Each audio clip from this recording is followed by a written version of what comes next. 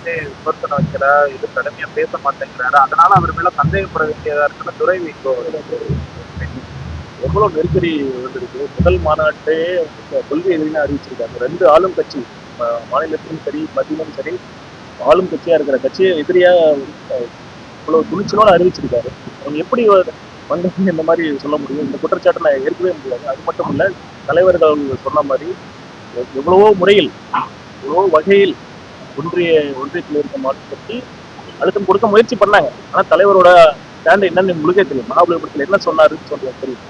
மதவாத சக்தியோட கூட்டணி இல்லைன்னு சொல்லியிருக்காரு. இதை விட ஒரு தெளிவான ஸ்டாண்ட் யாரால் சொல்ல முடியும்? நீங்க எப்படி பாஜகவை எதிர்த்து சொல்லவில்லை என்று சொல்வதை முற்றிலும் ஏற்றுக்கொள்ளவே முடியாது. அதுதான் சொன்னேன் நான். இப்பெல்லாம் அழுத்தமே இதை கொடுக்க ஆரம்பிக்கல. இப்பதான் அழுத்தம் கொடுக்க ஆரம்பிச்சிருக்காங்க. சிபிஐ என்கொயரி சரி, படம் பிரச்சனை என்ன நடந்தது உங்களுக்கே தெரியும். இவ்வளவு அழுத்தங்களுக்கு பிறகும் என்ன கூட்டணி குறித்து மதவாத கட்சியோடு கூட்டணி இல்லை என்று தெளிவாக சொல்லியிருக்கார். இதற்கு மேல என்ன சொல்ல? தொடர்ந்து பாஜக பத்தி அவங்க எதுவுமே விமர்சனம் வைக்கிறாங்க.